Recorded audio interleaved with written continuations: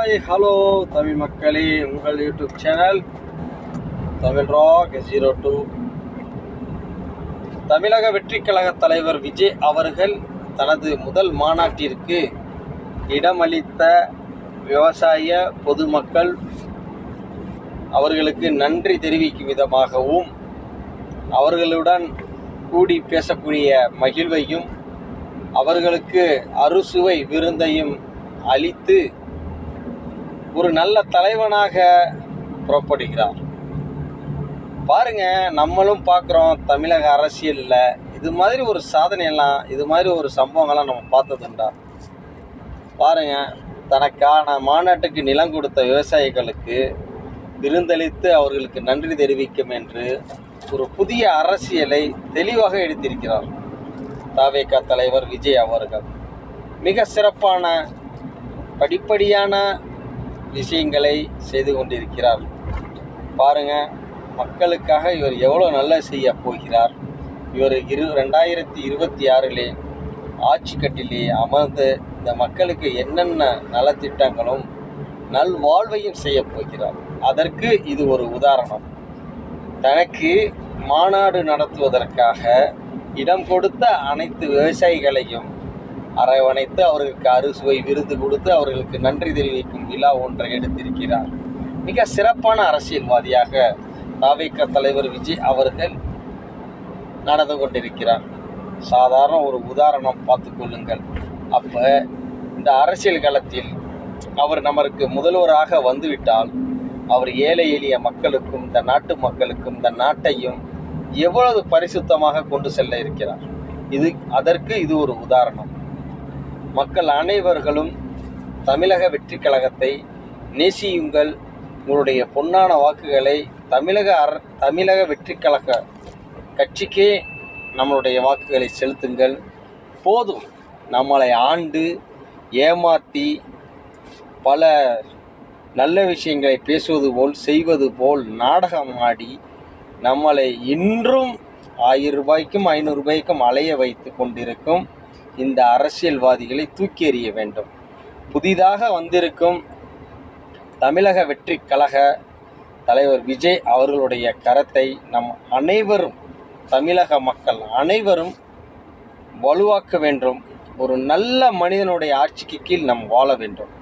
நாம் உழைப்போம். விஜய் வந்துவிட்டால் நமக்கு தேனாரும் பாலாரும் ஓடும் என்று எதிர்க்கட்சி சொல்வது போல அப்படி யாரும் நினைத்து விட வேண்டாம்.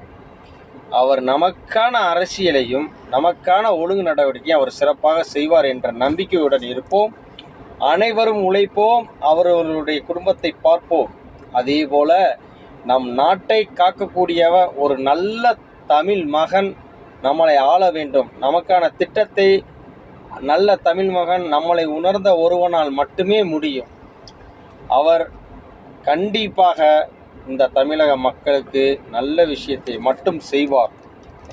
அரசியல் களத்தில் தேர்தலில் நின்று அவர் 2026 சட்டமன்ற தேர்தலிலே அவருடைய கட்சி பெருவாரியான வெற்றி பெற்று அவர் முதலமைச்சராக பதவியேற்ற அன்ற நாளிலிருந்து தமிழகத்துக்கு விடியல் ஆரம்பம்.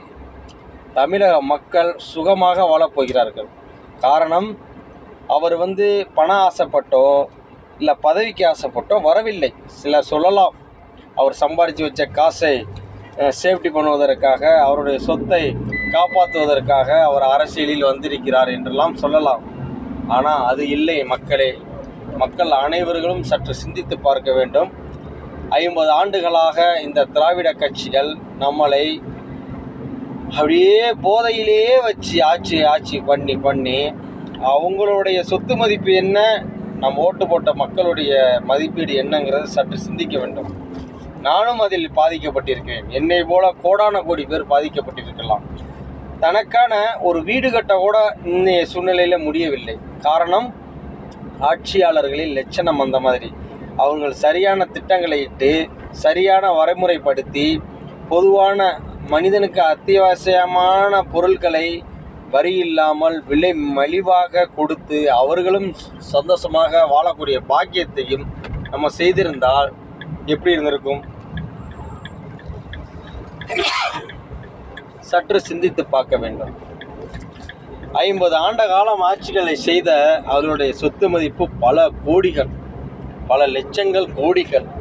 அவர்கள் வாழும் வாழ்க்கை நம்ம வாழ்ந்து கொண்டிருக்கிறோமா? ஒரு நாள் பசி தெரியுமா அந்த மக்களுக்கு? நம்மளை ஆண்ட மக்களுக்கு நம்மளுடைய ஒரு நாள் கனவு என்ன என்று தெரியுமா? நம்மளுடைய கஷ்டம் என்னன்னு தெரியுமா? நம்ம ஒருவேளை சாப்பாட்டுக்காக எவ்வளோ கஷ்டப்படுறோம் என்று தெரியுமா?